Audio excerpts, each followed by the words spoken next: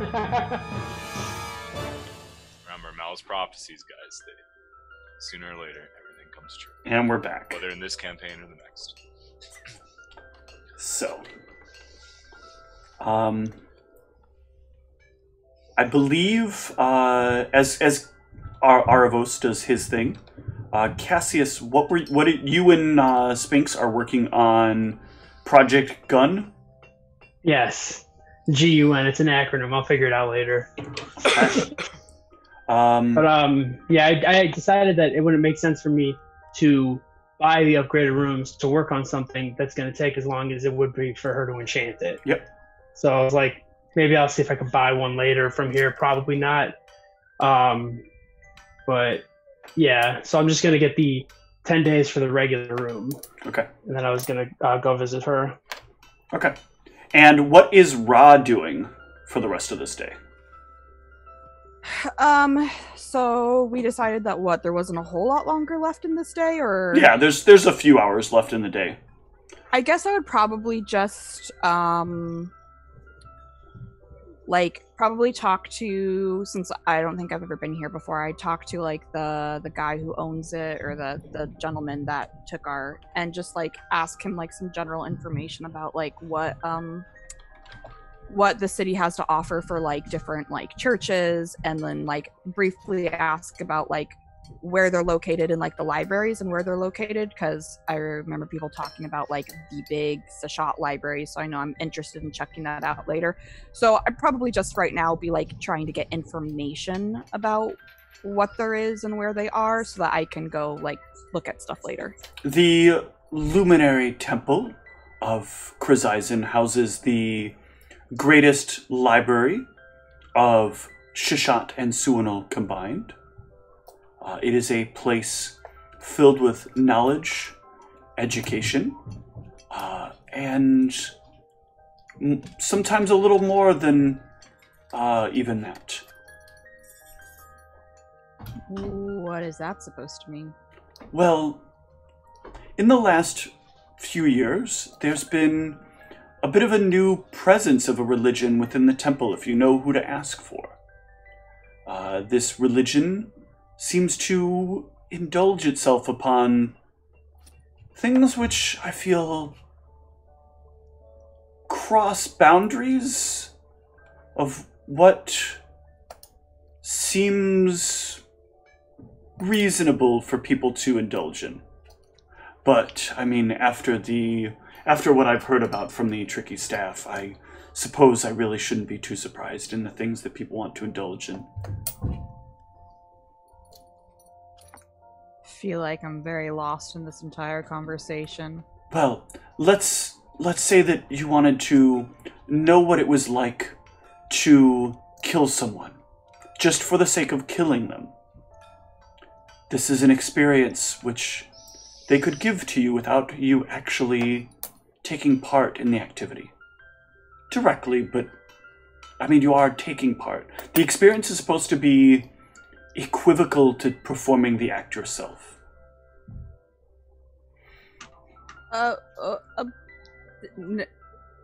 Definitely not interested in this? What? Well, it is within the designation of greater learning and understanding. It is our experiences that teach us, and while I personally don't feel comfortable with it, I do understand why the goddess and her son deem it to be a reasonable activity.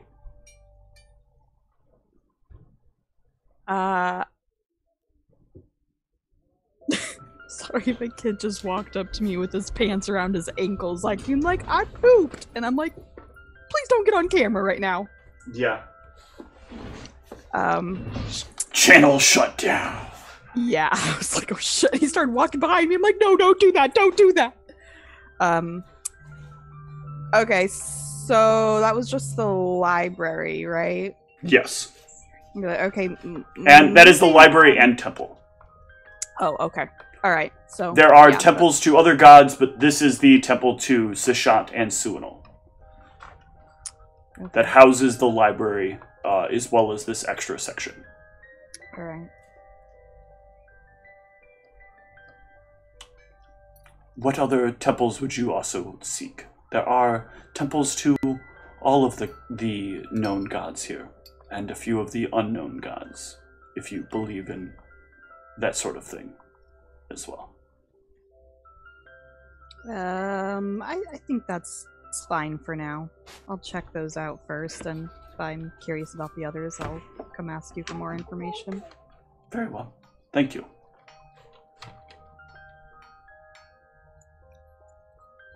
Oh, I also wanted to, I didn't mean to like interrupt, but I also did want to check in with Pierre and see if he had a place to stay or if he needed a place to stay.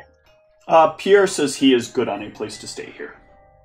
It's been a while since he has, since there is someone he knows that has moved here in the recent years, and it has been a while since he's been able to see them, and so he's going to be working out something with them. Well, sounds good. I mean, you know where we're staying if you need us, so. I do, thank you very much. I must tip my hat that I don't have. All right. So, with the two of you doing your research, their research, Mal, where are you going? Or no, you're going to bed, right? You said you're going to rest up for the evening? Ra, are you heading to the temple after that? If I have enough time, yeah. Okay. So as you... You don't ever feel tired in this city. Nope. Well, you can feel tired, but you won't notice it immediately. Yeah. Ra, as you're leaving, a pair of guards kind of like push past you and head in. Into the inn? Yes. Is that like a weird thing? Not necessarily. Just something you'd notice as you were leaving. Okay. Okay. And you can head the rest of the way to the temple. Okay. Zeke, let's talk. Oh, this doesn't sound good. Yeah, I'm getting arrested, it sounds like. There is a knock at the door.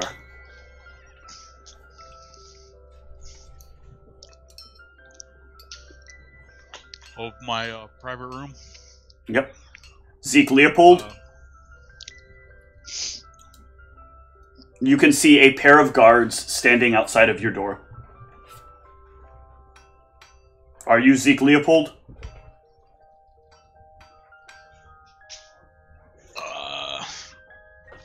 Who are you? Krizizen, City Guard. You have identification?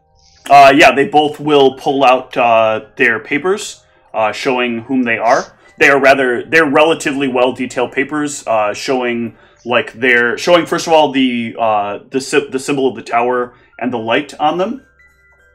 Sorry, Steve, that's just for me. They also show like some of their like name, their rank, their security designation, and a picture of them. Yeah. So, I mean, I guess I'll try and sense motive. Like, I mean, what I really want to know is this, like, are they being controlled by this dude trying to get me out of the room? Okay. Essentially, is what. Yep. So you are definitely sure that they are not being, like, controlled in any way. It is especially clear when they hand over to you. Once they've have you verified who you are yet to them? Did you say that yet? I don't think you have. I think you're still checking things. I mean, interested in. So yeah, nothing about them seems like off in any way. They seem like they are genuinely here to arrest you and of their own accord. Yeah, I'm Zeke Leopold. They both kind of bring their hands down to their blades at their hilt and hold them tightly as One of them reaches over and like extends a piece of parchment to you that is rolled up and sealed with the tower and the like beaming light of Chrysaisen emblazoned upon a seal. All right, I'll read it. Okay. When you open it up and read it, this is a warrant for your arrest for the deaths of Geoffrey Mateo and Gordan Nightfist. Do I know who those are? I don't think you ever got their names, so no. There are descriptive images of each of them, though. I'm sorry, not descriptive. There are images of each of them, though. Let's see if I show you their images, you'll remember who they are.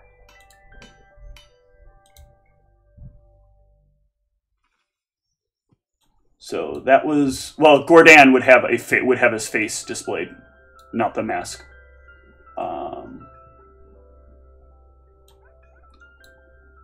But perhaps you recognize these two.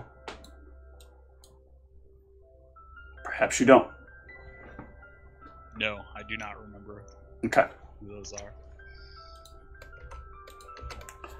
We have reason to believe that you and your cohorts are responsible for their deaths. We have proof. Our arcane investigators have discovered evidence of your actions upon them while they were resting. It is on the authority of the High Investigator that we are to take you in. And any of your companions, if you are willing to share where they are presently. Otherwise, we will look into them if you will please offer up their names. If you wish to remain silent on these issues, then we will be required to use magical force upon acquiring a warrant for such. Snitches get stitches, just saying. I would like to speak to a lawyer before. One will be available to you upon your acceptance of jailing. Or at least being brought in for questioning. All right, I'm willing to come with, but yeah, I need to speak to a lawyer before I can give you any information about anything. Very fair. Please come with us. Okay. The guards will escort you to the barracks. Well, that is happening. Let's jump a little back to Aravos. So, what are you doing over there with the fams?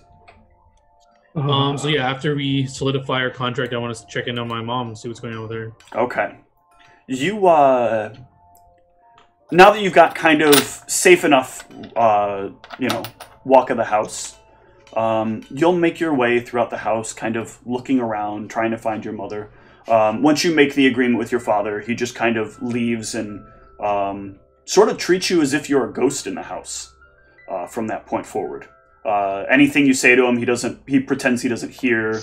And he'll specifically like come into rooms and not greet you and like walk past you or like do things around you as if you weren't actually there, which can get kind of annoying from time to time as you're like moving through halls or whatnot.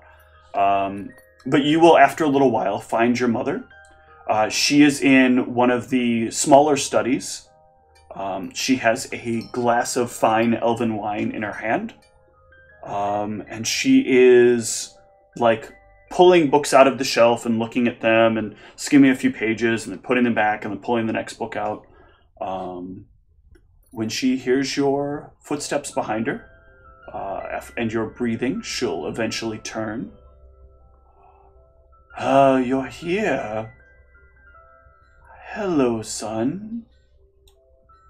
And as you look at her as she turns, you notice that her once, like, beautiful golden hair has these long streaks of black that suddenly seem to seep down from the top. Some reach all the way down to the tips. Some just kind of cut it short, but are kind of slowly tainting the gold into black.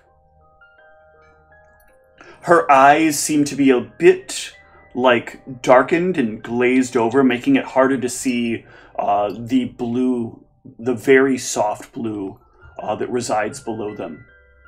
And her face looks as if human aging has started taking its course on her. Is this similar to Johan? Like, does it seem like a similar aging process that's happened? There is some similarity to it. The hair thing is not similar, but definitely sort of like the facial accoutrement are similar. Mother, what's happened to you? You look so different. I'm quite well, thank you. She responds to the question as if you asked a different question.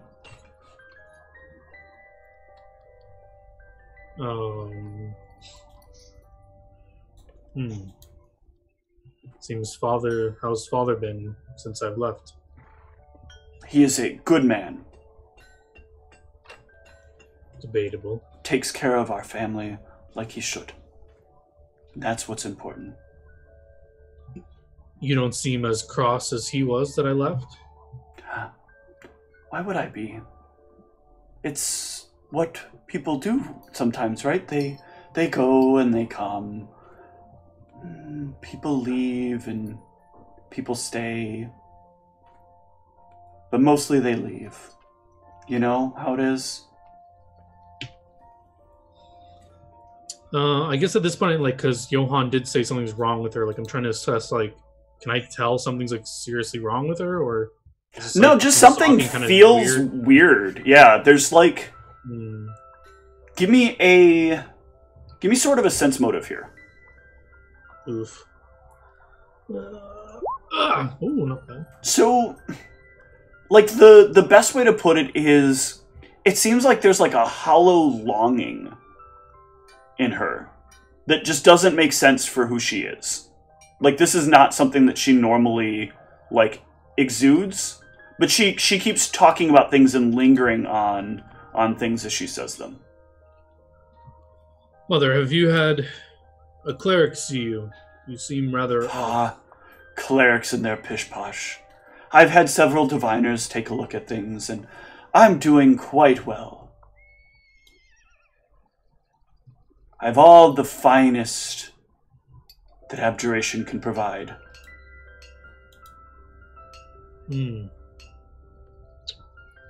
Well, if you say so, if you're doing so well, you would have known that it should be all right if I take a look at some of our customer ledgers, right? You know I don't have any access to that. Not since we handed it off to the accountant. Do I know who this accountant is? The last accountant that you knew of the family having, is a woman by the name of Mylene. So you've given the access to Mylene? Was it? Yes. Is she here today? Or he? Mylene is not usually here anymore. We set her up with her own little private estate. Well, I shouldn't really call it an estate, right? A simple building in our property is really not so much an estate, you know? Well, Mother, I'll be frank. The reason for my visit is I'm looking for a very powerful spellcaster. I think we may have done business with him or her. Oh. There are many powerful spellcasters here. Do you know whom you're searching for? Someone who continually... I know he tries to possess Zeke, right? Yes.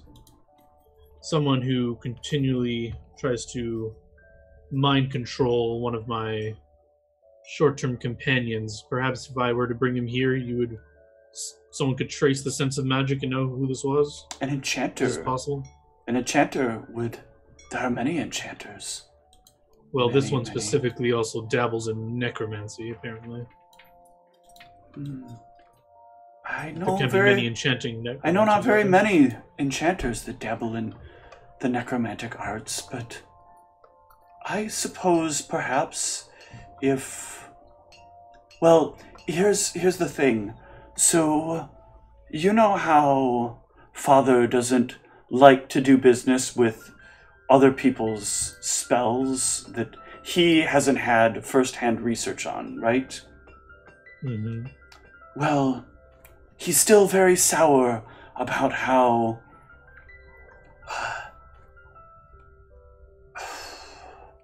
What is the term? The silly guards have a name they got coined for it. But the magic that allows you to utilize combinations of divinatory and necrotic magics to better follow the trail of criminals. Your father is still very upset that he didn't get first crack at reviewing them for any flaws, and still blames some failed cases on him not being allowed to give a passing glance to them until it was too late, as he phrases it. So I'm not sure what we have in availability for tracking down such an enemy. Well, now that we've talked shop, are you sure you're okay, Mother? You just seem off. I'm fine. Everything is as it should be. Did something happen when I left? Lots of things happened when you left, Arvos. Does anything pop into mind as special? Why was I not given word of your change? Who would give you word of it? You left here and wanted little to do with us. Just because I left does not mean I do not harbor love for my parents. But wanting little to do with us does. I could not achieve what I wanted to here. I know, Arvos. I know the need to leave. I understand. And I don't fault you for it. And at times I envy you for being able to.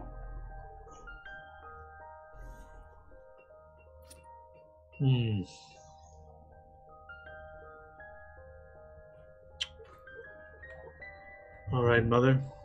If it pleases you, I'll head off to the studies and make use of the facilities here. I'll check in on you before I leave. No need to check in. I'll be fine. But it's quaint to know that you're here. Of course. All right. So, Zeke, you are in the barracks. An attorney.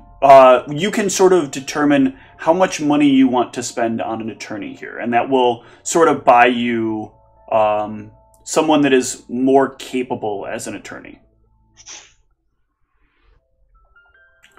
But you know not really what the scales of that are, so give me a number, and we'll see how this goes. How much gold are you willing to spend on an attorney?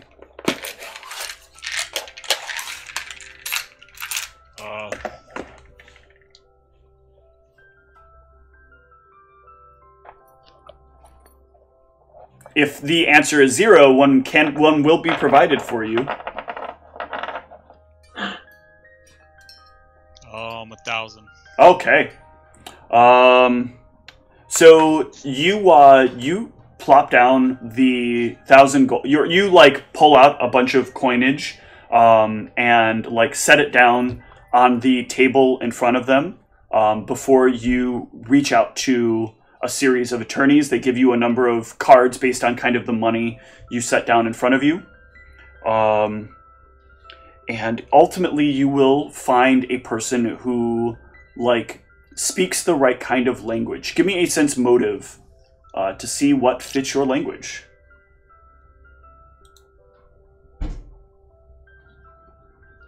I already used up my 20 on this earlier, so. Ooh. Yeah. Okay. Ugh. So, you will still end up with a very good lawyer. You will just end up with one that may not be as well in sync with you as you'd like. So a gentleman walks in. He is very exceptionally well dressed. Very clean cut. Looks to be but short in stature. Probably gnomish. And he steps in and takes a seat next to you. And as he takes a seat, he kind of like levitates upward a bit to be at eye level with the rest of you. And he asks that the guards leave the two of you to some privacy. And the guards will step out of the room. And as they do so, they will wave a hand in front of a panel on the wall. And you will hear, there's been kind of this like low hum in the room. And as they wave their hand, the hum disappears. Now, Mr. Zeke, yes? Zeke Leopold. Yes. Mr. Leopold. That is how you humans prefer it, right? Yep. Excellent, excellent, excellent. Okay, so, did you kill these people? I don't remember. I'm military, so I've killed a lot of people. Fair. Yes, I should have noticed it originally. Sorry. I have a lot on my mind at the moment. And in your time in the military, do you kill a lot of people without provocation? No. Oh, this is good. This is very good. Are you willing to consent to having your mind searched?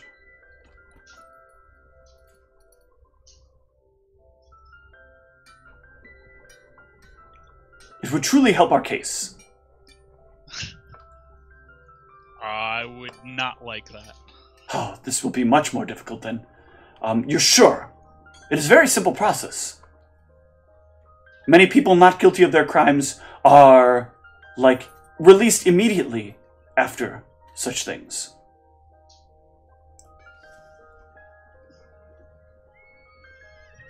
No, I am not comfortable with having my mind searched. Okay. Are you familiar with the two people in question? I did not recognize the names, no. Do you have any companions who might? Yeah, it's possible. I have a group I travel with. If you'll provide me with their information, understand that, and he slides a form over for you to sign. Upon signing this waiver, it will be my duty to make sure that anything you share with me is private and confidential, and I will not share it with the guard, even if you are potentially threatening to kill the guard when they walk in the door. All right. Sounds good. All right, if you sign the paperwork, he will ask you for the names of all of your party members, and that you write it down on a piece of paper that he has in his hand. And he gives you a specific pen to write with. And as you write the names will write onto the piece of paper blank. And as your hand moves upon it, you feel like you're writing down the right words, but you notice if you're watching your hand is not writing the same words that you feel like you're writing. Should I Knowledge Arcana or Yes, you may give me a Knowledge Arcana here.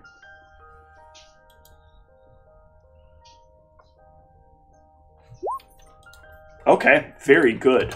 Look up this real quick.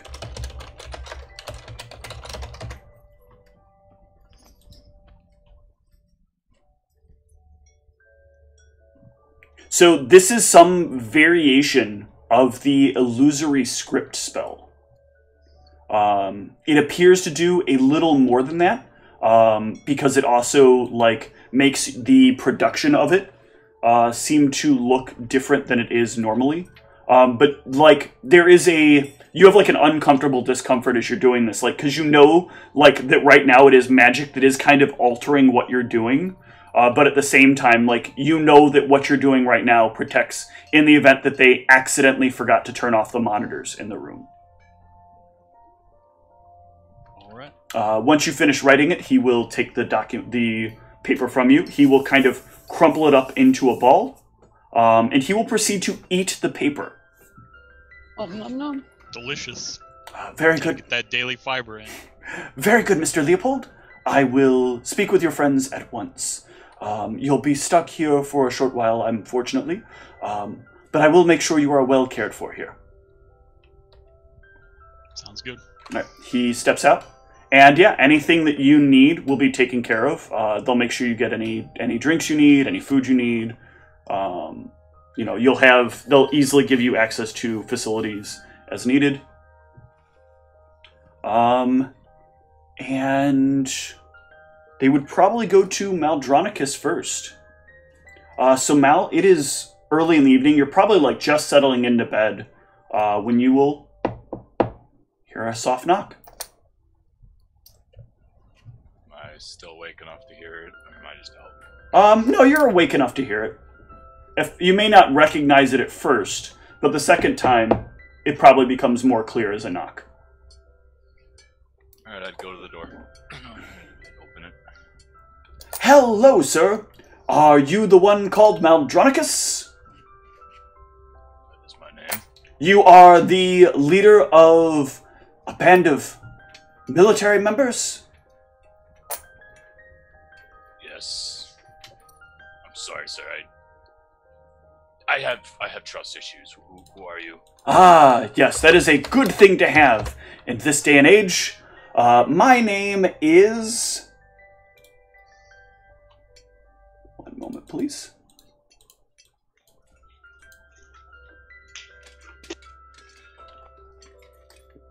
Ayaha! Yeah. Yes. I am the counsel for Mr. Zeke Leopold. Are you familiar with Zeke Leopold? Consul. As in law. Yes, that is correct, sir. We've been here.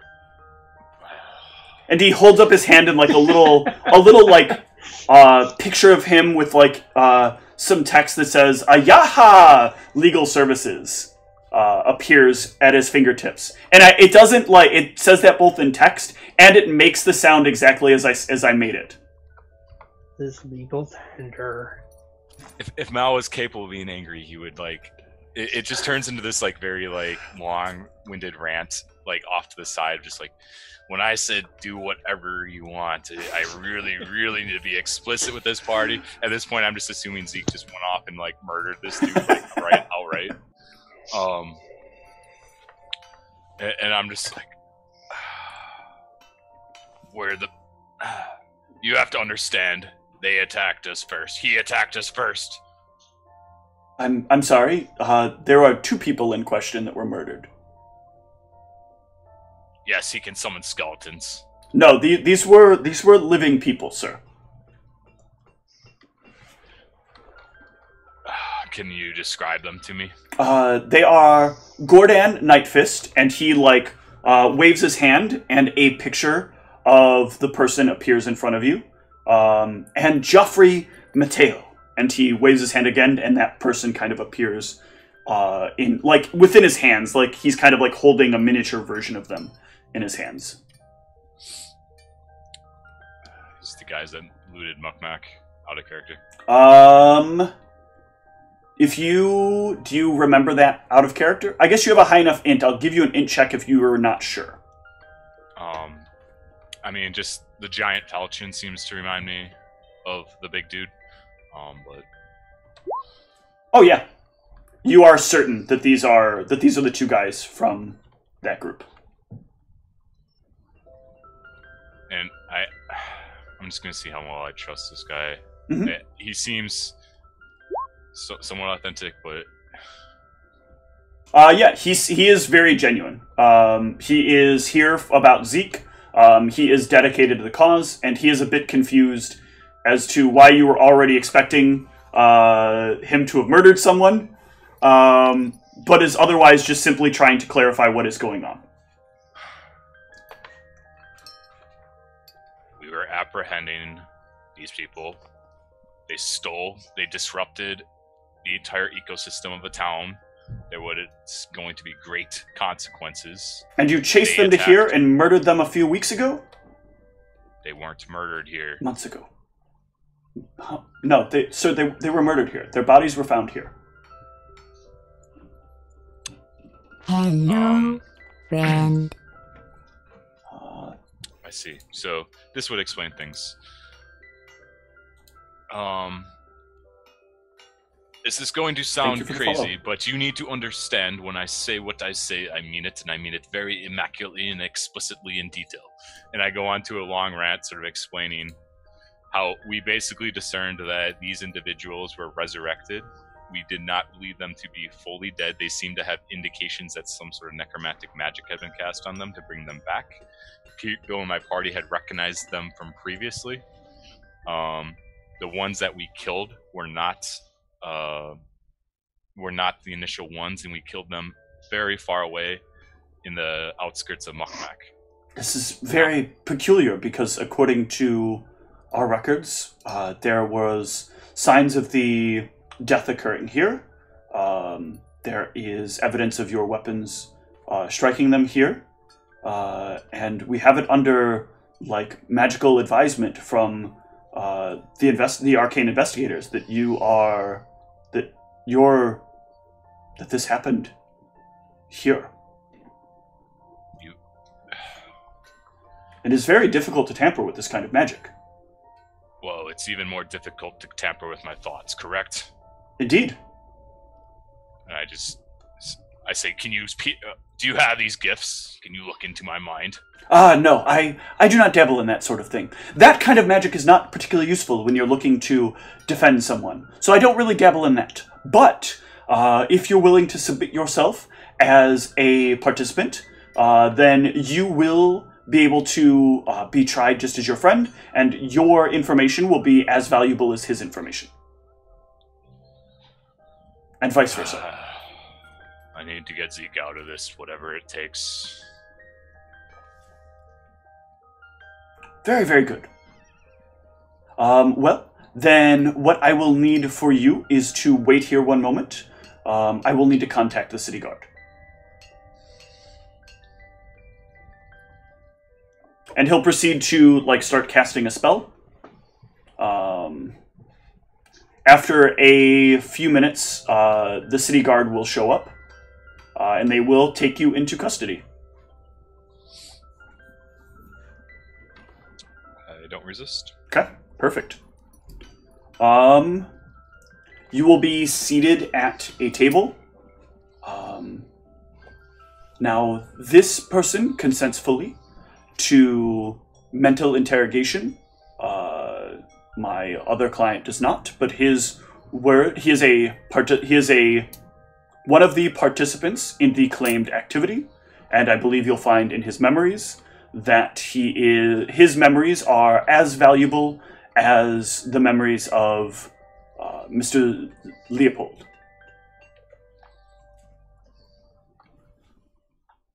Well, we were going to find him anyway, so this works out.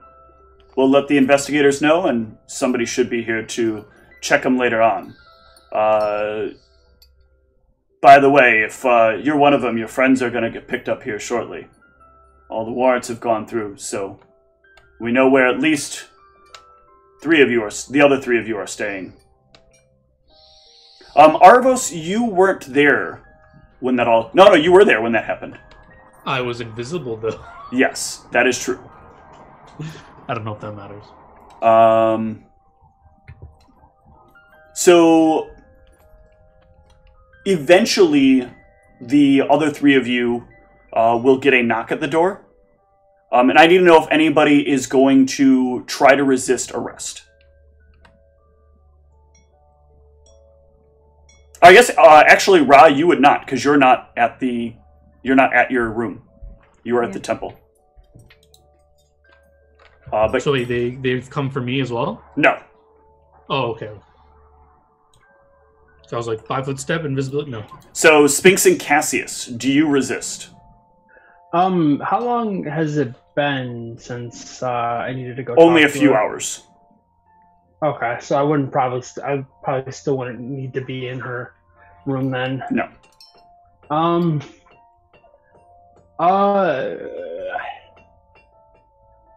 I mean, I wouldn't be excited about it, but I'd have, do this kind of the same thing with the, asking for,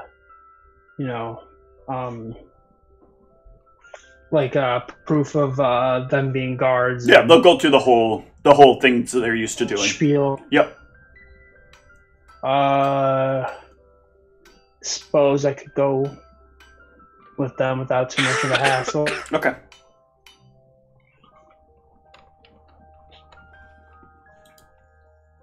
All right, so the two of you will head with them. And the four of you that are in waiting will be... Executed. Yes, that's it. Singing that again.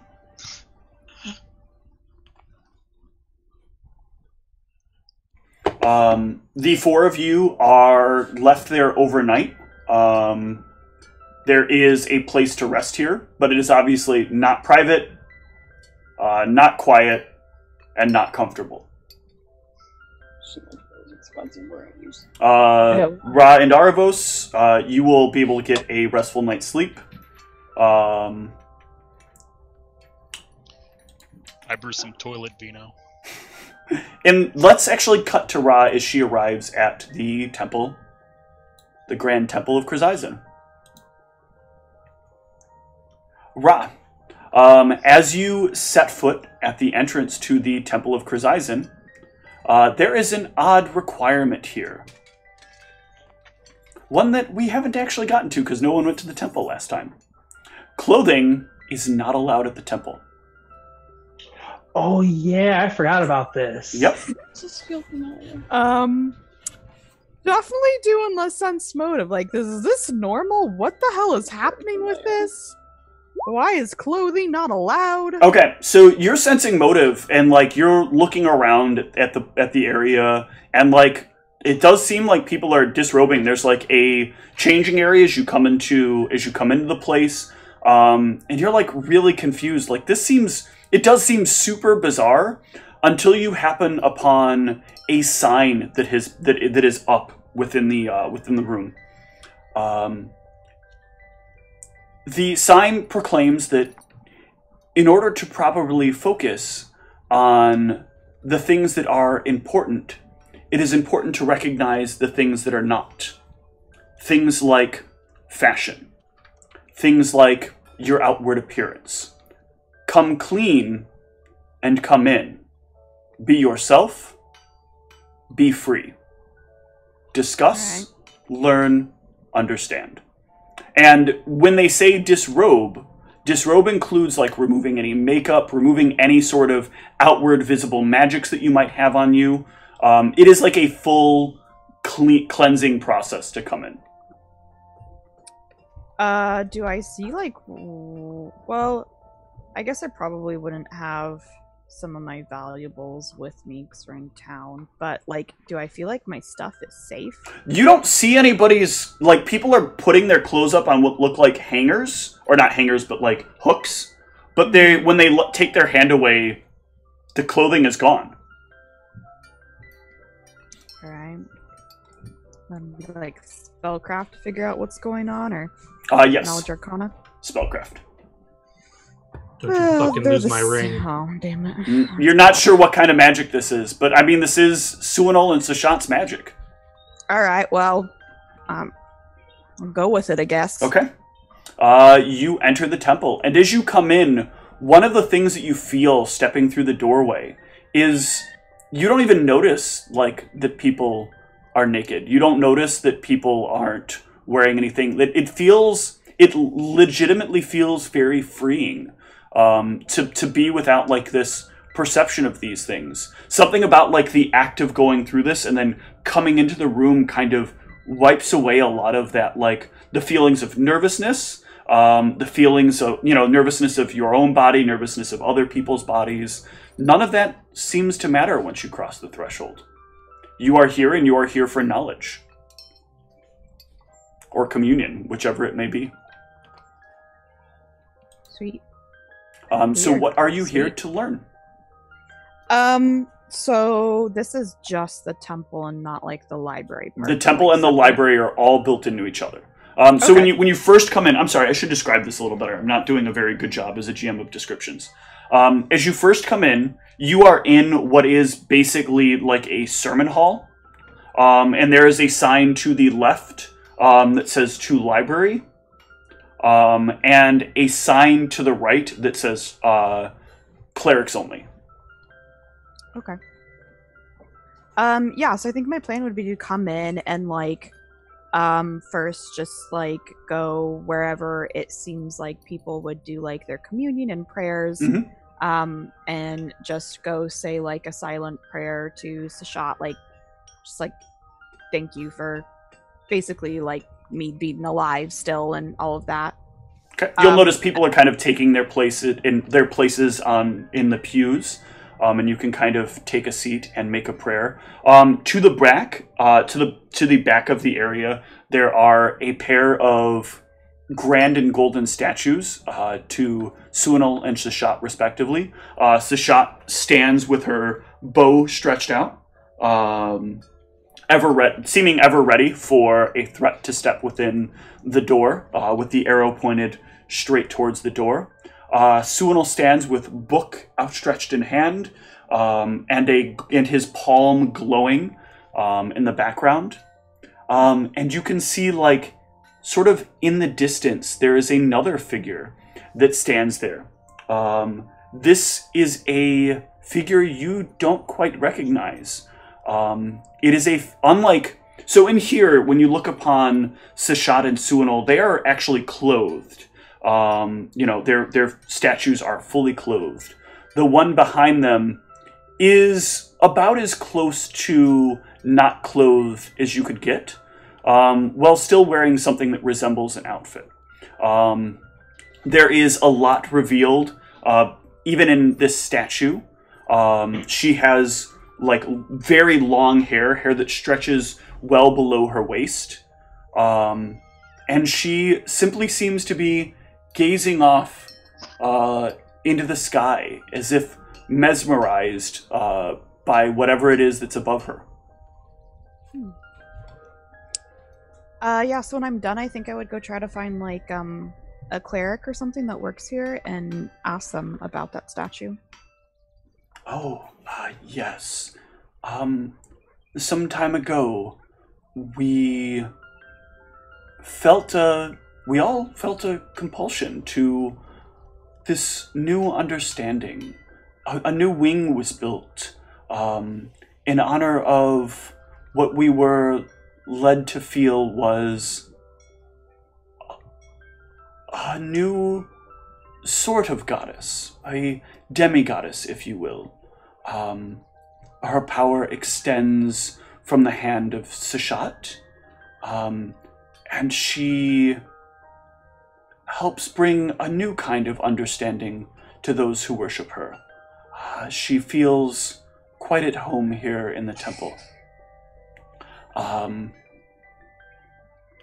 The issue is we know not what to call her, so we refer to her merely as the mistress.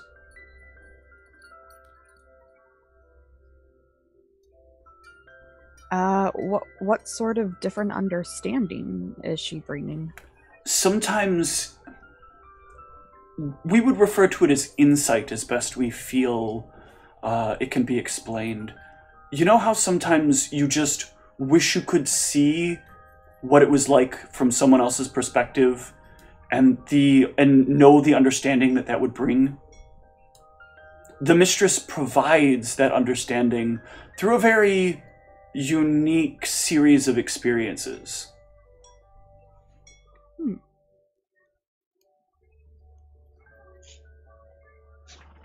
All right. Well, thank you. I don't think I have any other questions for you right now. You're welcome. Please, I hope you find whatever it is you're seeking. Thank you. After that, I think I would just, like, go up to the statue and... I don't know, like, how to explain what I would do, but, like, just kind of like the thing when you're, like, interested in something, just go up and kind of, like, look at it and think about it and just kind of, like, trying to take it in. Mm-hmm. And then after... How long do you stay there looking at the statue? How long do you think you probably kind of reflect on this? I think it would end up being a while, because I feel like I would kind of, like... do the thing where like you only intend to go up and like reflect on it for a few minutes and then you just sort of like stand there, and I would assume like 30 minutes easily might go by before I'm like, okay, like give me a knowledge religion while you're doing that. Ooh. You are level 7, correct? Yes. Okay. As you stand there and you look upon this strange and unique statue, there is a soft sound in your ear. A sound that sounds soothing and calming on a level you haven't known since you've heard the voice of Sashat, or at least felt the presence of Sashat in your prayers. But this is a twisted kind of soothing. It's that feeling you get when someone says something to you in a very comfortable tone, but the words that they say don't carry the comfort that their voice echoes.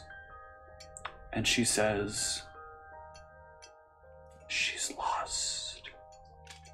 And you will likely not find her. And in time, her loss will be your loss. But I can help guide you in her stead."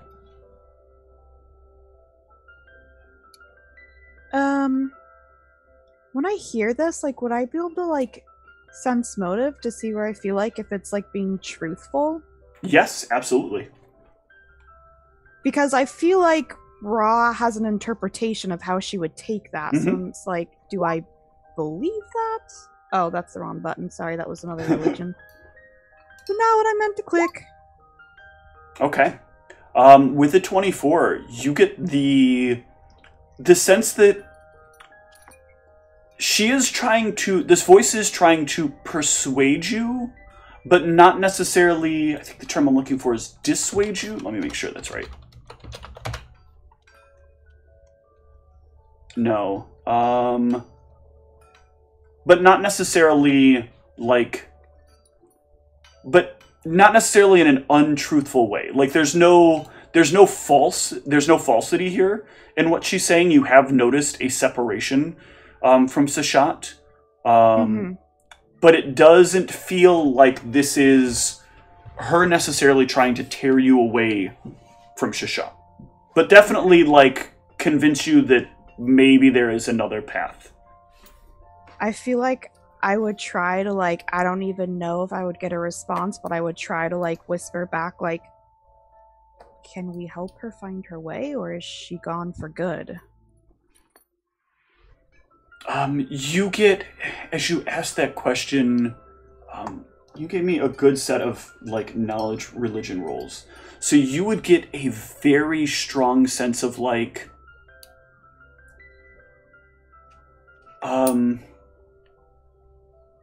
you know the feeling you have when, like, you're at a doctor's office, right? And you've been there for, like, hours. And you're just like, I just at this point want to see the fucking doctor. The doctor could tell me I'm 20 minutes from death. But if I could just see the doctor and get some answers, I would be so happy. You get the feeling of that sense of relief. But as it, like, pertains to... I guess that's really all you would get is that sort of sense of, like, freeing relief. that kind of comes over you. I don't feel like I know how to interpret feeling relief from what I asked. Well, she did speak of her being lost. But there's also, like, a sense of relief in that sensation. Give me another sense motive here. This is deliberately cryptic. Okay. And we'll see if you can put it together. Ooh. Wow. Yeah, so you actually get a sense that, and this probably makes you feel uncomfortable if what she's saying is true, but you get the sense that she's implying that perhaps Sashat just quit. What? No. Like, Sashat just decided, like, I don't want to do this anymore? Perhaps. That's what it feels like she's implying, that sense of relief that would come from, like, being in a shitty job and finally walking out of that place and never having to deal with it again and not being worried about what the rest of the world is like because you're finally free. But at the same time, being lost. The being lost part makes you think that, like, maybe there is something wrong about what happened, but at the same time, like, there is definitely a clear feeling of freedom in what it is, in what she is expressing as well. I guess, like, with all of this, I would just, like, say, like, one more thing and just be like, is she happier?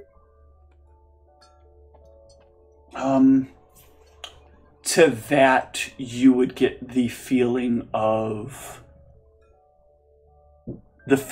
childhood. The feeling of being a little girl out on the playground. The world is brand new to you. The world is different and unique and exciting and scary and confusing all at the same time. Right. I guess with that sensation, I'll just, like, the last thing I would want to say is... Fucking 32. What should we call you? The mistress suits me. Okay. And I think with that, I'll walk away and be done and probably go start walking through the library, but I'm not looking at anything or have any purpose. I'm, like, the whole time thinking about everything that just transpired, just wandering through this library. Okay. How long do you figure you'll stay at the library?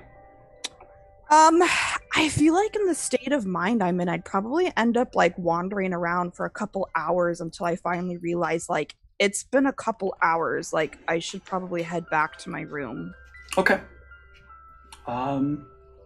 Yeah, you can head back.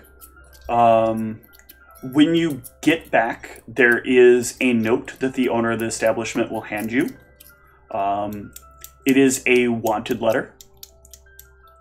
I am to either inform the guards or you may turn yourself in. I'm so sorry. Your rooms will be taken care of if you do not spend the evening here. Okay, do you know, has everyone else been taken? Yes, the rest of your companions have been brought in as well. How many? Do you recall how many? The half-orc one, I believe he was half, right? He didn't seem quite... He was quite large, but not tall enough to be fully, I believe. Yeah, I know the one you're talking about. The large human... The rather gruff-looking smaller human, and your little orange friend. She's orange? Yes. I don't think I knew the description of you that you were orange. Yes, she's a half. Okay. She's a not halfling. She is a hobgoblin. I just didn't imagine a hobgoblin being orange, but okay. So yeah, I will. You don't need to call the guard. I will turn myself in, but I'm gonna try to do one quick thing first. Is that okay? Are you going to freak out if I go do something and tell the guards? No, I will take you at your word. Okay, thank you. If you stay in there too long, I will, however, have to inform the guard. Oh, not in obviously. my room. I'm basically, my plan was to see if I could find... Oh, you don't... If you're planning to try to escape, I will not report you unless it's been quite some time and they come back. At which point I will say you went to go see them and that you've left. I'm not... Okay. I have no obligation to hold you here. Just simply to give you the information, and if you were to stay in your room for too long a period of time, to notify the guard. Okay, thank you. You're welcome. They were also looking for another, but I think they must be mistaken. The salamanders would not be in this kind of situation. Yeah, do you know where I could find? They reside here, right? Oh, yes, it's very well known where they reside. Could you give me that information, please? Certainly. And, yeah, I'm gonna take that information. I'm gonna go try to fucking find Erebos. Okay. So yeah, you can make your way to their estate, which, as I described earlier, is rather huge. And there is a footman there, whose name I foolishly forgot to take down. Johan. Thank you. Thank you so much. And those are my spells, just chilling. Yep. Not doing much in town. Thank you. I feel like as I walk up to this estate, I'm gonna be like, Jesus fucking Christ, this man, how much money do his fucking family have? Oh, hello, young lady. Hi. I'm looking for Arvos. Do you know if he's here? He looks at you very peculiarly. And what would you know of Arvos? Have you been looking at history books? No. I work with him, kind of? Nonsense. Arvos works with wizards only. I mean, I can cast spells. Yes, I'll bet that you cast spells. You look like the type that probably takes some time to pray, and perhaps a spell or two will occur. If your god allows it. Look here, Aravos and I have a pact. He's supposed to help protect me when it needs to be done, and right now we're in some deep-ass shit, so why don't you go find him, tell him his little half-orc buddy is waiting for him out here, and tell him to get his merry ass out here. You are a very forceful woman. You know that? I mean, I'm dealing with this. I kind of have to be. Oh, it's okay. You can be forceful if you want to. I'll let him know. Thank you. And he will turn away and talk into the wall for a moment in Elven. And Aravos, you will all of a sudden get kind of a picture in front of you of just outside of the front gate. Johan is standing there, and you can see Ra standing in the background behind him. Sir, there's a rather intimidating woman here to see you. Probably one of my fans. I've never seen this person before in my life. See them?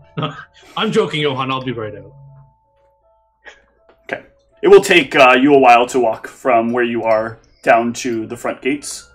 But there you'll see Ra. Waiting, I'm assuming waiting, I feel like you would want to be impatient, but at the same time, your body is, actively resisting you being impatient. Mm-hmm. So you just kind of have, this weird, very uncomfortable feeling happening. Yeah. I feel like a yo-yo of emotions where, for a second I start to, feel impatient, and I'm like, oh, wait. Mm-hmm. And Arvos... Wow, what are you... Go ahead. What are you doing here? It's not time to leave yet already, is it? I made a bargain to use some research here. I need more time here. Well, if you want more time, we're gonna have to figure out why in the hell we're all being arrested and how to get everyone out of it. Arrested for what? I'll show him the paper or whatever I Yeah. have. Like, you have a wanted sign here for you, and presumably there's probably also one for Aros. yeah. So I'll hand them to him, and I'll be like, according to the owner of the inn we're staying at, the 4 others have already been picked up. We're the only 2 not in custody. Well, maybe all of you are in trouble. Maybe I'm fine. Did you miss this poster right here with your name on it? That one doesn't have his Actually, name. it says your name. He did not give you the one for him. Oh, okay. He can't legally do that. Sure. Yes, that would be. Oh wait, but did she notice another notice there or something? No, He he just specifically said like that. He mentioned that like it was impossible that they were looking for a salamander. Oh, yeah. Yeah, so, well, the innkeeper said they were looking for a salamander, and I doubt it's one of your parents based on the fact that the rest of our party has been taken in. But Do I know, the like, sign my she rights? shows you does say that you're wanted for murder for the murders of 2 people. Does The it raw have, is- like, the... If you touch the name, like you run your finger under the name, a little image of the person will appear above it. Do I recognize these people? You can give me an int check if you don't feel like out of character you recognize them. Well, out of I mean, character, out of I'm pretty character, sure it's... yeah. Like when I the first Dark put them in front of you, Militia. then yeah, you Yeah. remember them. You're intelligent Like, enough to remember that's them. the... Like, I remembered the one guy's name, the first one, the big one. The 2-handed sword guy seemed like the Dark Militia guy. Yeah. And his name, that hmm. was what jumped out to me the most at first, was the Gordon name. I was like, I remember that name. Trust Gordon, do the I know? fisherman. What do I know of Krazaisan law? Like, is it known to be fair and just, or is this like if we go there, we're going to be given like the... Krazaisan law is exact and strict. Krazaisan law is heavily predicated on the powers of magic which they have at their disposal. Most people who are not guilty will opt for like magic because magic will ultimately protect them. And most people who are guilty will try not to be involved in magic in any way, with only a very slim margin of people on either side of that, like improper guilt versus improper not guilt. Well, it looks like it's up to us to save the rest of the party, as it were. I don't think these people Innocence. this was Damn it! These people were masquerading as military, and that's an offense that the military has right to attack them, right? I'm not too familiar with military law. I believe we are completely within our right to have done what we... The wanted sign says for the murder of these 2 people in Krazaisan. So yeah, I'll say, but Oh. this seems odd. They think we murdered them here. Well, that's just factually false. We should be fine in that case. Johann, let my father probably doesn't care, but just have word that I'm attending to these legal proceedings, and if you don't hear back from me in a few days, send someone to the jails to bail me out. Will do, Master Argos. Thank you, Johann. Bail us out. We'll deal with that later. Johann, we're leaving now. Yes, Master Argos. I turn back to Johann. I'm like, All right, the 2 of you... Oh my god, why did this just randomly sign me out? The 2 of you can head to the barracks. And come on, don't fuck with me here. Got him. It did get me. Got me at like the worst timing. Did it, guys. I quickly grab Ra's hands behind her back and say, I've got her! No. Where's my you're about to get reward? knocked out. All right, so Maldronicus, you are willing to submit your mind?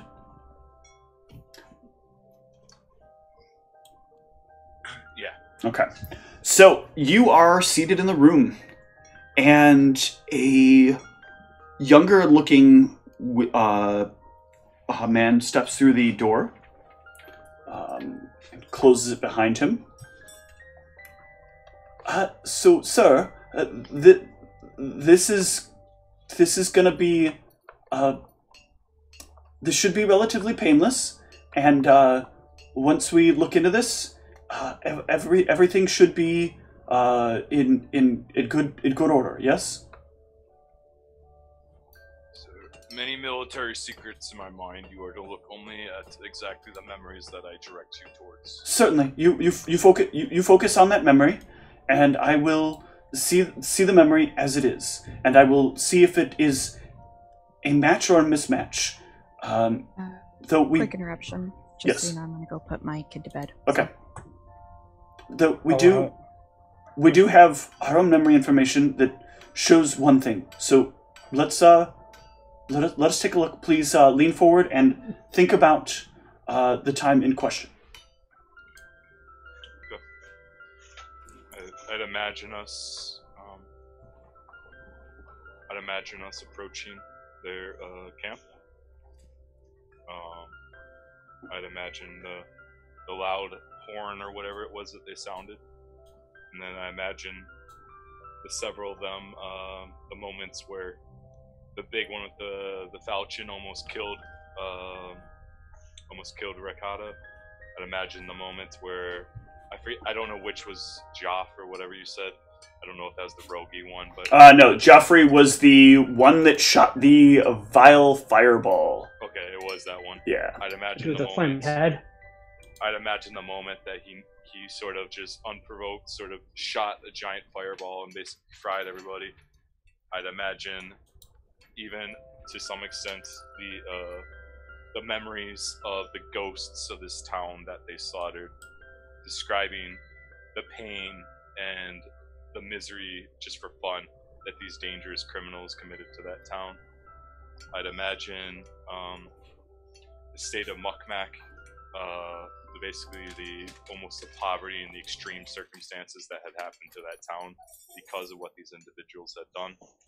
And then most importantly, I'd imagine their fake signature, basically impersonating the military officers, and also the gear that they were wearing, which was also basically intended to look like military. Those would be the things that I'd be willing to show him and fixate on. Okay. Well, this is in quite a conflict to what we saw. Now, sir, I need to identify the validity of this. So I'm going to be scanning you for a number of things. Is that okay, sir? You're scanning what? I need to identify things such as your alignment, as well as any magical properties you may have on you, as well as any other magical effects that may be affecting you. Perhaps you are under some sort of mind augmentation or a number of other things. We know that you shouldn't have any magical gear on you right now, as you've been stripped of it as part of you coming in here. How does that work? Did they like basically spend like 20 hours trying to strip Ayun from me and just like gave up at one point? No, basically Ayun would have come back to you after some time of you like walking away. And it's assumed that like she probably popped up, and a few times it would have happened like, how did you get that? And then they would have like taken her away again. But eventually you probably wise up, and like as soon as she reappears, you like put her in a place like where it can't be seen. So like she's probably like under your shirt or something like that, and you're just kind of trying to be as careful as you can not to cut yourself, because you know this is just going to keep happening. I'm a half-orc. I have a lot of girth, okay? No, I did not actually say that. Yeah, okay. I would consent. Certainly my alignment. So they will once again find Ayun and be like, and then they will ask, Sir, are you aware you're cursed? You're multiple cursed, sir. He also pulls a dagger off of you.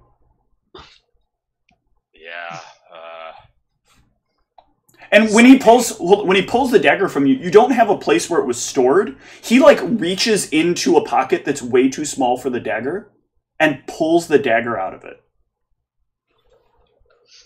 Yeah, you know how your magic sort of allows you to see into minds. My magic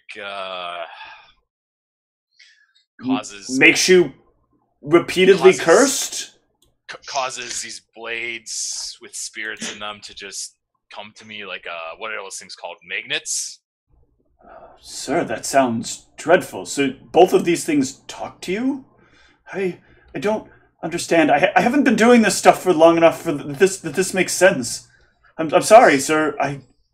It's new magic. Just don't worry about it. Well, we can't have you being weaponized here, but we can't get rid of them. They're not harmful unless I don't think I could remove the curse even if I brought in some of our most powerful clergy. Yes, we'll keep a guard stationed and oh god, they're quite powerful.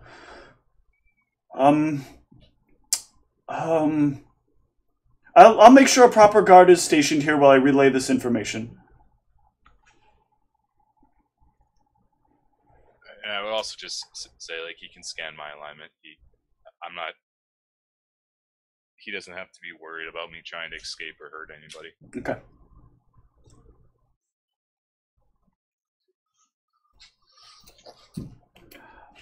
After a few more hours, a rather large-sized guard will come into your room. He looks to be very larger than even some of the largest orcs you've seen in size.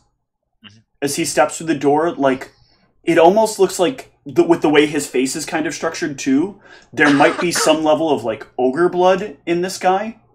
Mm-hmm. Because his legs are like almost tree trunks.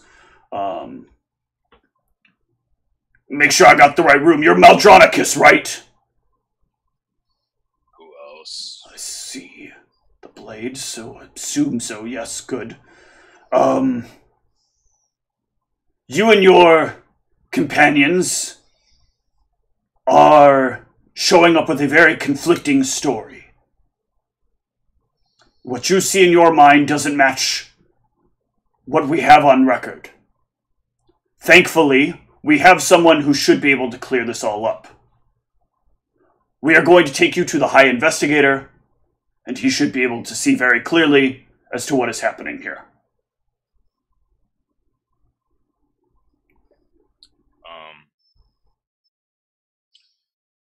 Out of character, I have a hunch, but I just want to know, is the High Investigator himself immune to being accused of plagiarism and deception? Plagiarism. He is not plagiarism, just like he is not, and all legal, like I mean, in this there's no place in this world where anybody is immune to legal repercussions. Okay. You also don't give me knowledge nobility here, though, since we're using that as military knowledge. Ooh. You assumed that like the military's authority would exist here as well, to the best of your knowledge. Yeah. Basically, just trying to determine whether if we agree to this and it turns out to be who I think it might be, I don't want him to have final say. What would you think he might be? I don't understand what you're getting at, Dan. Out of character, I'm like that's what I'm asking. In character, it's fine, but I think everybody knows where this is going. Okay, so yeah. Well, fine. I mean, obviously, Whitney, you missed like the middle portion here, where a guy came in and basically said, like, I need to take you to the High Investigator because your story doesn't match up with the story we have on record. And he's going to take all of you there. Oh God, who's the High Investigator? Well, that is to be seen. He does, like, as he's leading you guys, as he is, like, you guys get picked up by a series of guards, and as they're leading you out... I don't have combat spells. As they're leading you out, for some reason, they seem to allow you to pick up your gear. He wants a challenge. GG, boys and girls. Who's ready to die? I look at my attorney. Your attorney is rather confused, but he leans in and mentions, like, sometimes if items were present at the scene, the investigator can use the magic or the history that might be stored within the item to identify what it is that might have happened as an objective viewpoint. So, Ra, you simultaneously get the sense that something weird is going on, but also what the attorney said also kind of makes some sense. Okay. What is that spellcraft for? Looking at to see if any of our armor and stuff was put something on it. No. Everything seems as it was. Okay, I'll put my stuff on. Okay. Yeah, my attorney said to get my stuff, so I'll get it. Yep. And go ahead. We kind of glossed over this. They take stuff from me and Ra when we came in? Yes. Or what happened with that? They would have... You submitting yourself means that they take anything that could be dangerous. So spell components, weapons, armor. So let me keep my ring? If it's magical, no. God damn it. All right. So actually that would mean that, Cassius, you're going to be hungry today. Ah, shit. They will take you once you are geared up. Wait, sorry, hold on. What about my necklace? Because if I take that off, I lose my internship. That's the weird part. Like, they start trying to take the necklace off, and it actually won't come off. Like, you're the only one who can physically take the necklace off. So they're like, they bring in, like, their strongest people, and they're, like, trying to pull this necklace off your neck, and it refuses to budge, and eventually they're just like, you know what, fuck it. You know, they finally investigate the spell deep enough and realize, like, oh, this is not hazardous at all. And so you are then brought up a series of stairs to a room at the top of this barracks. Agreed. As you get to a large set of double doors that lead in and a small hallway that leads up to it, the guards sort of look at you, look at each other, and then walk to the door, close it behind them, look to the far door that they brought you through, close it, and you can hear a lock. And then you can hear arcane words being spoken. Uh-oh, spellcraft, identifying this. The door is being arcane locked. Oh. I'm raging. So, spells. You need to give me a will save in order to rage. Ooh. You are able to rage. And calm down, it was a simple enchantment. With that, the doors swing open. And behind a large wall of glass, in a massive 50-foot by 50-foot room, where 10 feet of the 50 by 50 is protected behind a thick sheet of glass, there is an older man who holds a tall staff in his hand with a shining blue sapphire at the top. His eyes glow like a deep purple as he looks over the six of you standing in the doorway. And scattered around the room are bones. And he looks to you all, says, "Oh, Zeke boy, you shouldn't have killed those men. You gave me just what I needed to get what I wanted."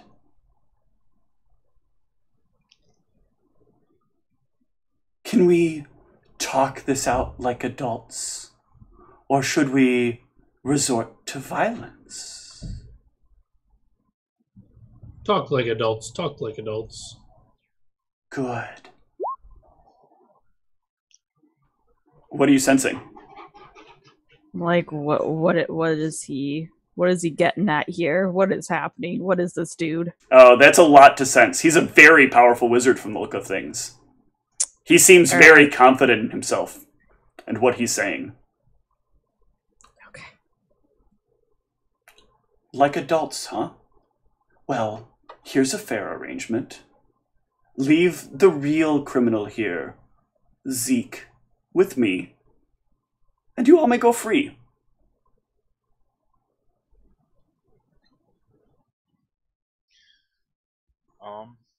I quietly whisper to Mal, I was not aware we would be having combat.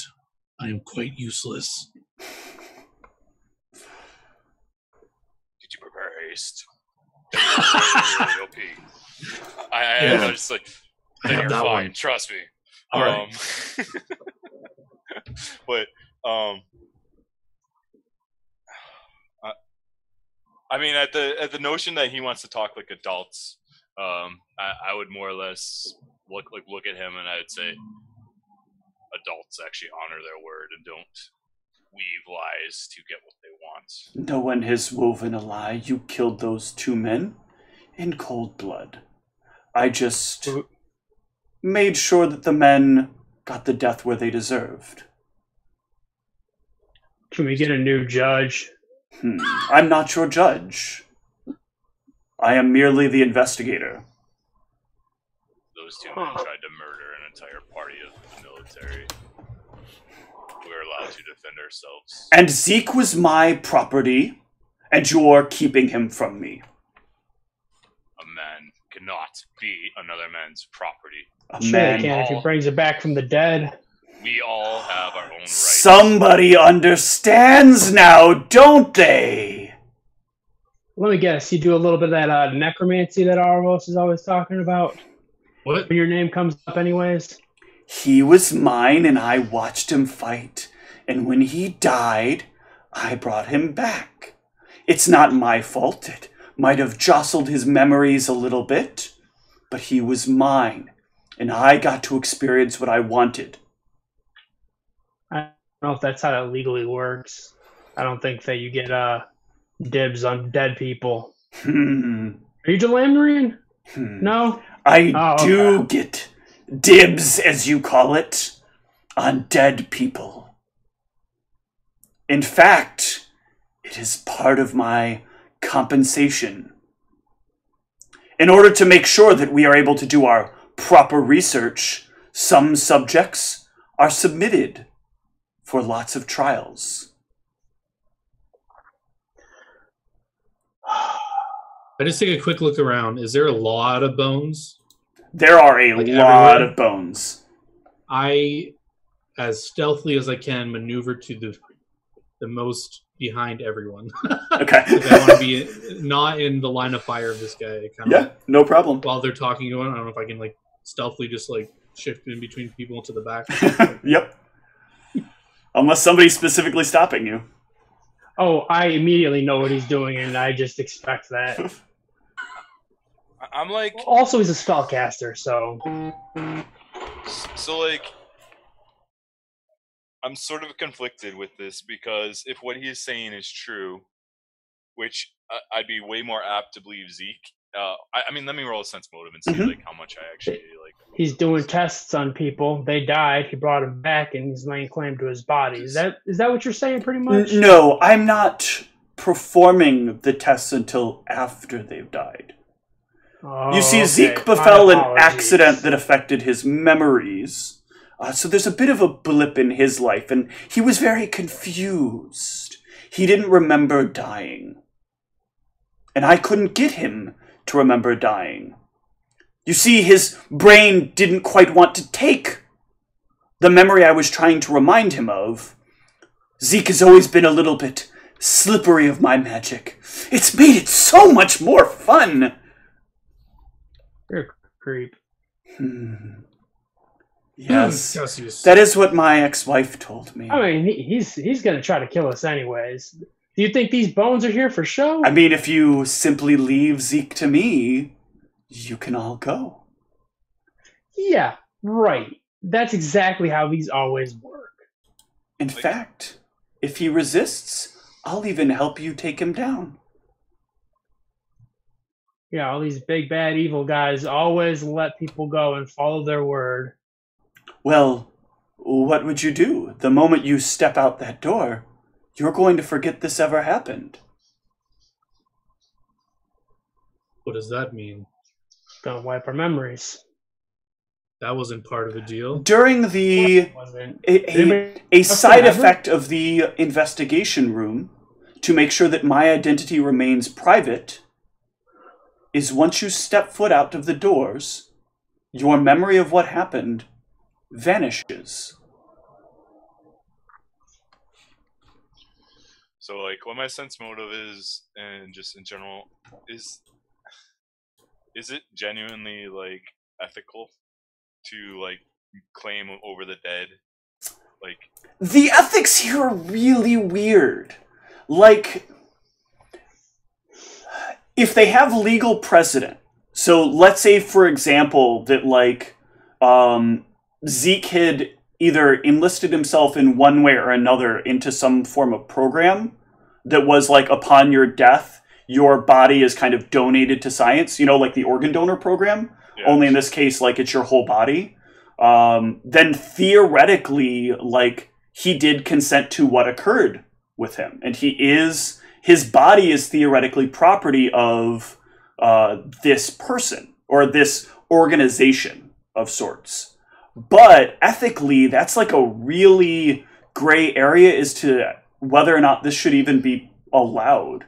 Because this is like a way to find a loophole in what you know to be like the slavery laws. There are laws against slavery, you know, without very specific conditions. Like indentured servitude requires like a lot of things to be proven. And simply bringing back someone to life, not into undeath, but into actual life, and then like expecting them to be your property is like a whole complicated situation. There's basically like two worlds. There's a world where if this is actually true and this is what it's been the whole time, that Mao would like walk out because he's like not going to break the law. But then there's this other side where this is basically slavery. This is like the same types of shit where these spirits like more or less agreed to be in these blades, but they were sort of manipulated in kind of the same way that modern ethics laws and psychology don't allow you to manipulate subjects. They have to know the exact circumstances with it. And so I wasn't sure where that falls on that, but if this is a very clearly established thing, well, I wouldn't. There is a lot of gray here. Like, part of what I'm saying is it's not just like emotionally gray, but it's also legally gray. No one has ever been aware that this kind of thing has happened. So this is a little too much information, I feel like. But your lawyer is actually present there. So he'll clear you in on some of this. Like, he's never heard of this thing happening before, but according to like legal doctrine, he's not sure like whether or not judges have ever reviewed anything like this, whether or not there's any precedent for this. This seems very hard to believe legally. Hard to remember when your mind is involuntarily wiped too. Mm-hmm. Doesn't seem a whole lot of legal there either. Would I know what the military stance on this? Like, would military claim ownership over Zeke? Like, Ooh, he's a conscript, right? Like, yeah, being conscripted does After being brought actually. back to life, too, This is right? where this is a good question, and I think one that anybody with knowledge nobility needs to make for me. Ah, dicks. And of course, John freezes up after asking that question. Yeah, sorry, my internet's been weird lately. No, you guys are botching it. Yeah, some sort of reroll, right? Reroll Even with a 13 or a 14, you got one there, Spinks. But I can't use my reroll on other people, can I? No, you cannot. That's for you. Dang it. Oh my god. Fuck. The necromancer's fucking with our knowledges. Yeah, I don't got that. You do like loosely know that the military does at the very least with a 10, you know the military does take ownership of a person once they join the military or are enlisted in the military. Like you are making an exchange with the military that is one of the few forms of like quasi-slavery that does exist, and that is absolution of any of your past crimes in exchange for your service in the military. And an understanding that like if you betray the military or if you like fall out of line with the military gets to become the judicators of your past crimes. A lot to what you say makes sense, old man. But at the end of the day, whatever Zeke's past, whatever his crimes, he has served bravely. He's fought side by side to do much good in this world. He's part of this unit. He's part of the military now, and you have to let that go. Do the rest of your friends agree? How about you, Mr. Salamander? Do you agree? I was not made aware that my memories would leave me. This is very important to me. If you can guarantee I will retain memory of everything when I walk out that door, I will walk out that door. You step out that door, I'll be sure to kill you myself. Oh, Jesus. Well, I guess I don't have a choice then. You're going to get the rest of us killed if you do that. You know that, right? I mean, he's going to do it. He's going to try it anyways. He's not going to... He's operating within some sort of semblance of law. He's not going to kill you all. Yeah, and he's going to let you keep your memories when you walk out of here, too, I'm sure. Well, he just said no, so... Yeah. Very rudely. And he's going to let you know beforehand that when you go out of this room that your memories are going to be wiped. Can I gauge, like... Does he look like this guy's going to one-shot us all? Like, can I gauge his, like... Yeah, you can give me a sense motive here. There was already one that was... He is very powerful. We can take him. There's so many of us. I whisper to Mal. I guess I'm Good not God, really? I have some I love that squirrels on me to help here, so bad roll for me. I think we don't have a choice. This is impressive. some sort of... Mal, you are like...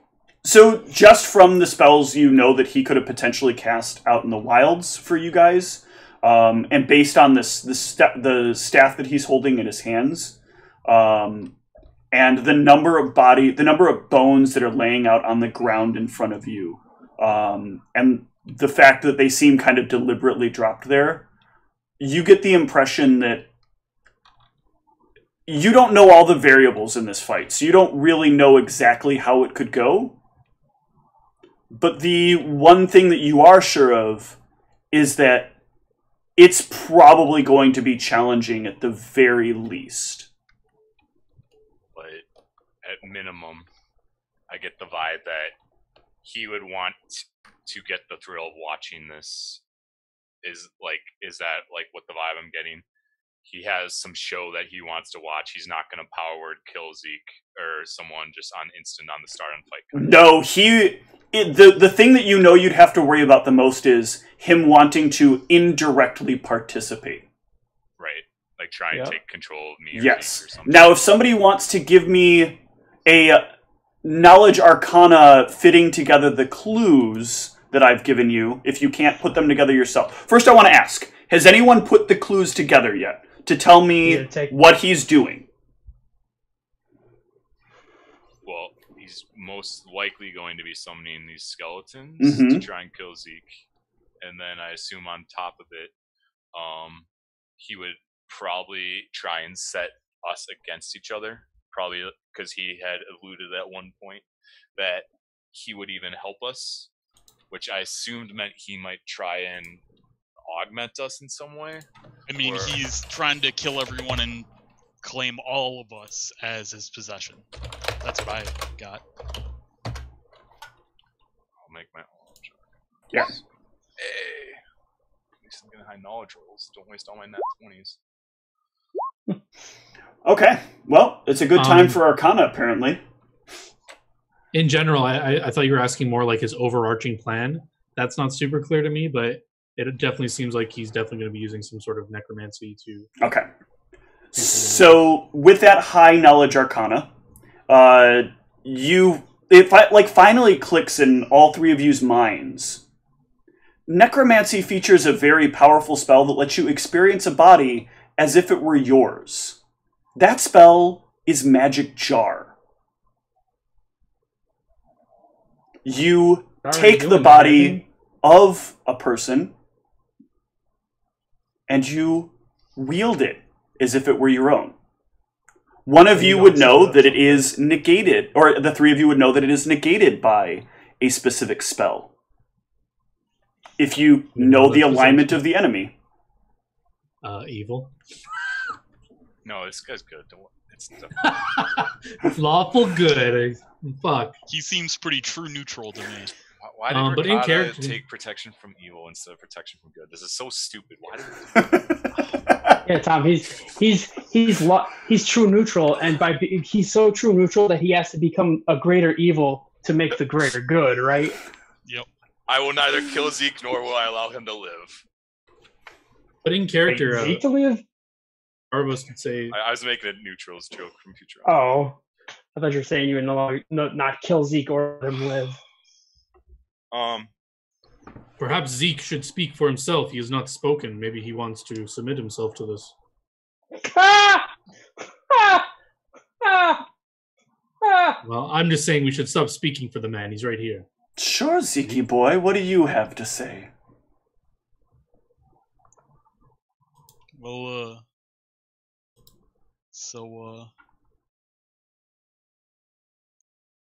I mean, Zeke has the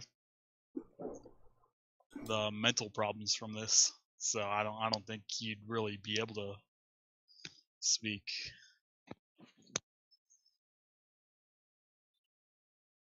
Oh yeah, from being a Chris Eisen? No, from the past trauma from this guy. Yeah, Zeke's already been able to break the magic that's keeping him at calm. Having rage gives you the ability to potentially break the... Having access to rage as a class feature gives you the ability to potentially break past the emotions barrier. But it takes a very high check, and he managed to succeed with his nat 20. Or actually, was that a nat 20? Thought I remembered. Yeah, it was. What does this? I mean, what would we know about that too? Like, what does this seem to? Like, what consequences does it seem to have? The consequences of the calm emotion spell? Yeah. Potentially shutting down Zeke's rage, or any other like ability that is specifically tied to emotion. The calm emotions thing is a whole city thing, right? So it's a passive effect. It's not necessarily designed to affect this combat. I didn't design the calm emotions in this city specifically for this combat. This happens to be a combat occurring in this city.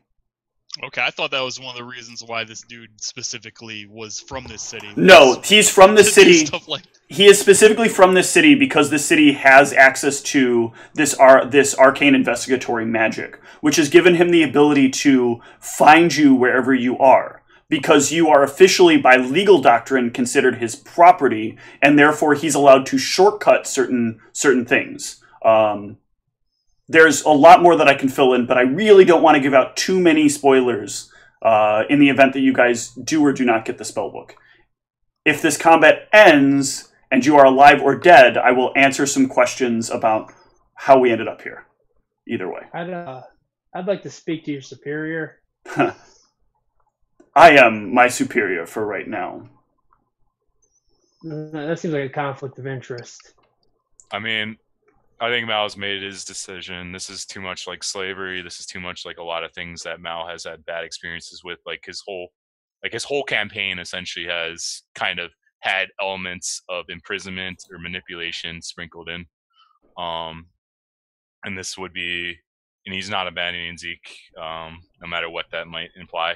So if Zeke's raging at this point, Mal has taken an equal stance in whatever way he can. Like, I guess I would cast images and sort of stand back. If you start casting anything, that will roll us into initiative.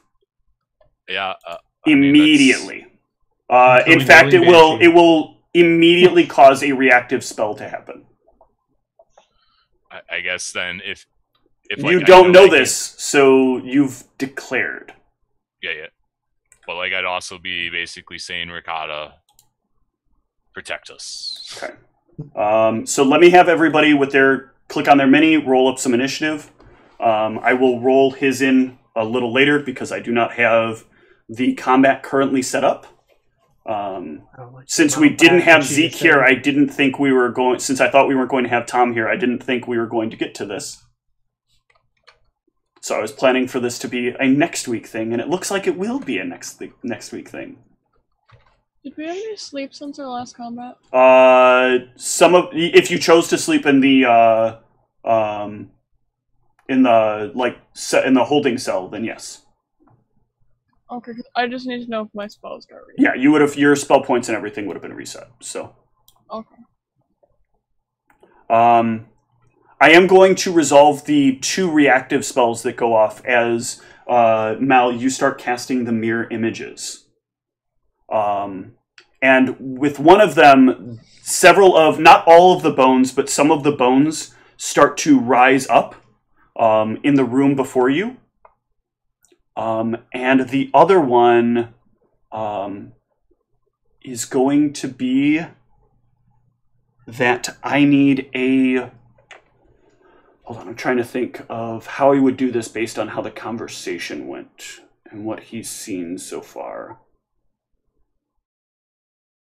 So some questions here are, I believe I remember this, but Dan, you painted the holy symbol of Seshat on Ra's armor, correct?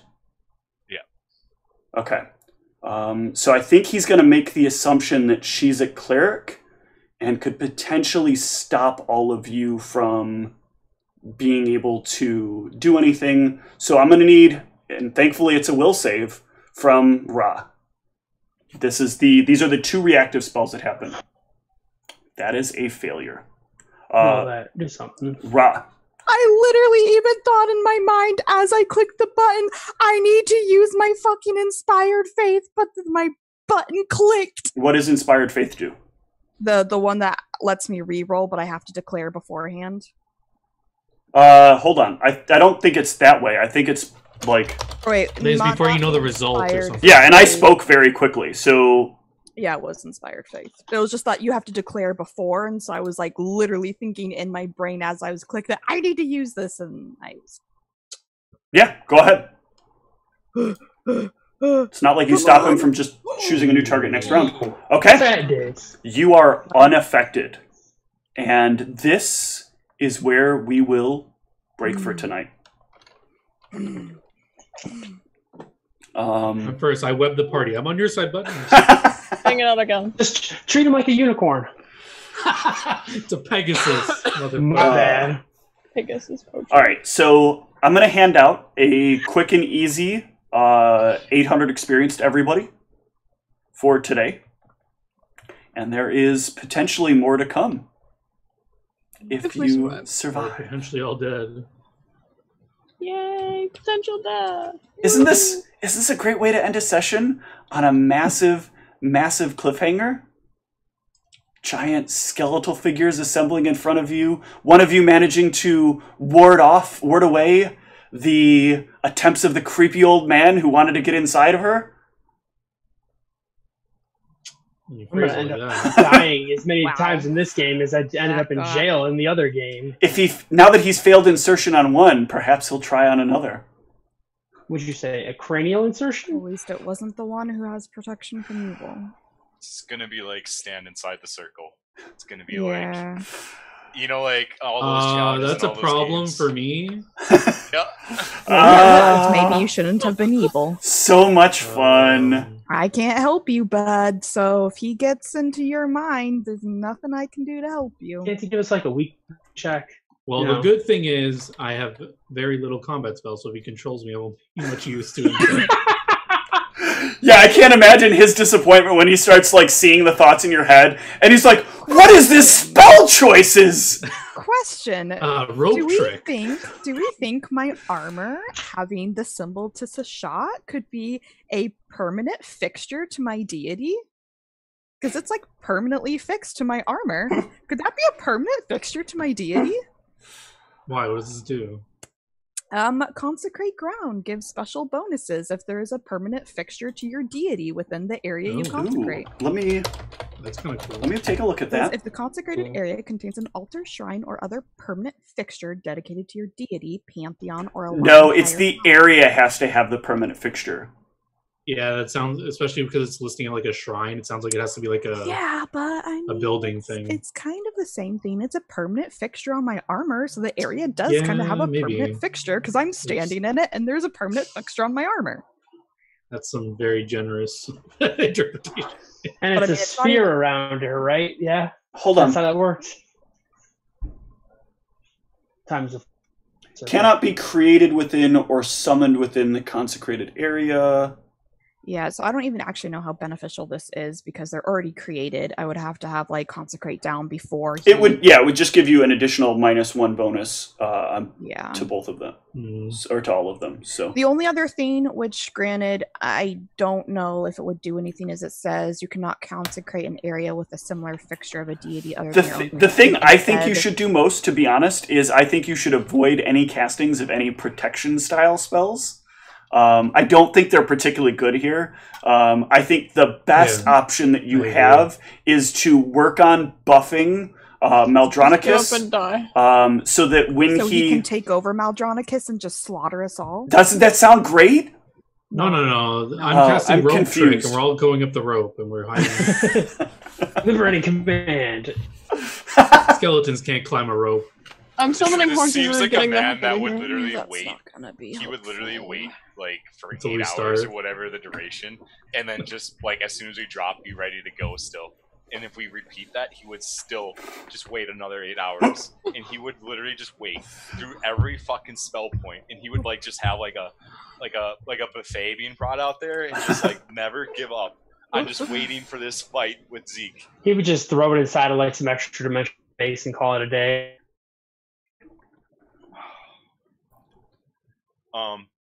Mechanical question, just because I'm curious. What are your rules with glass and how they interact with spell targeting? Glass does not implicitly disrupt some styles of spells. It will disrupt rays, as rays like penetrating glass are basically going to either be diffused or diffracted. But things that have a ranged target will not traditionally be negatively affected by glass. You can see through glass as if it was like... Because all you need is a line of sight to the target that is not impeded by something that blocks sight.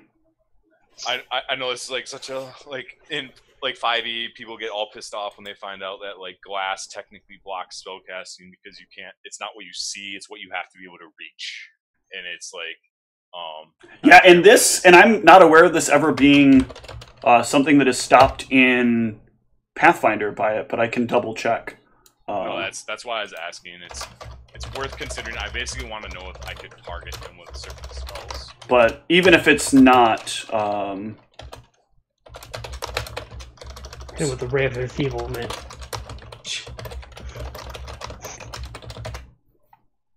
Maybe because he's so old, if I haste him, he'll like break his hip or something. Well, if you make him feeble, he'll be too feeble and he'll cease to exist. I think that's how that works. Yeah. So the rule is basically that as long as it is not ray style, this is what I thought I remembered. As long as it is not ray style, that is not like total concealment.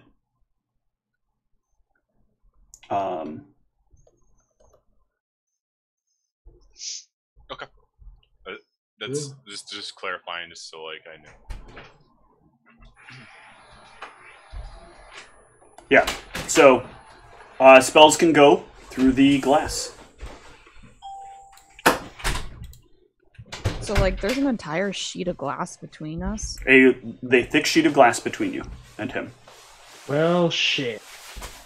What does this man actually look like, by the way? Now that So, I will actually have an image of him, but he is like a very old and kind of withering man. As he's standing there, it looks kind of like the staff not only like is a powerful item, but also like helping him stay up.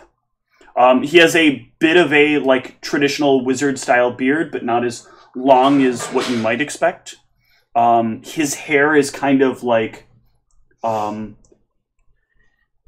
it's well taken care of, but a little bit unkempt. There's like points of his hair that kind of are out of place, but overall it's very like well put together. He is wearing a like long flowing robe that covers up some things underneath, but you can see that he has some kind of necklace on. Both of his hands have rings on them, and there are what look like a pair of partial gloves on his hands. He has a headband on. He has like a set of spectacles on. He's the wizardiest wizard that's ever wizarded. It's almost like he's got every equipment slot with a magical item in it. And he is very, like, kind of a dark purplish in color with some hints of black here and there. That's his skin color? No, his clothing color. Oh, okay. Otherwise, he is very clearly human. I thought the same thing for a second. Yeah, I was like, what? Wait, he's a drow? But okay, yeah. Yeah. He's a Heartless from Kingdom Hearts. Any other quick questions?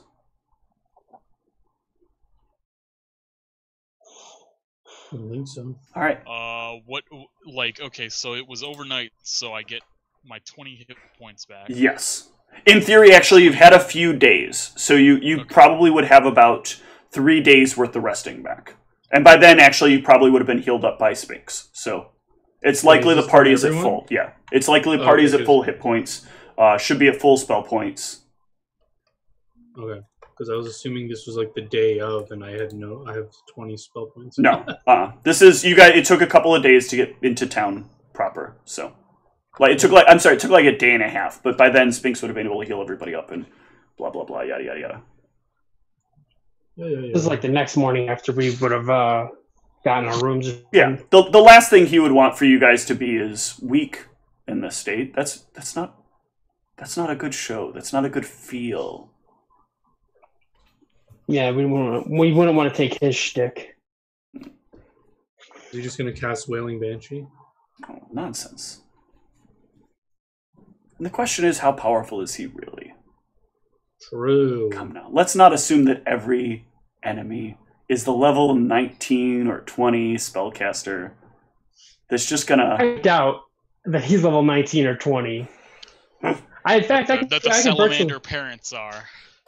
I can virtually guarantee that he's not level 19 or 20, given the power level of your world. You're right, he's 35.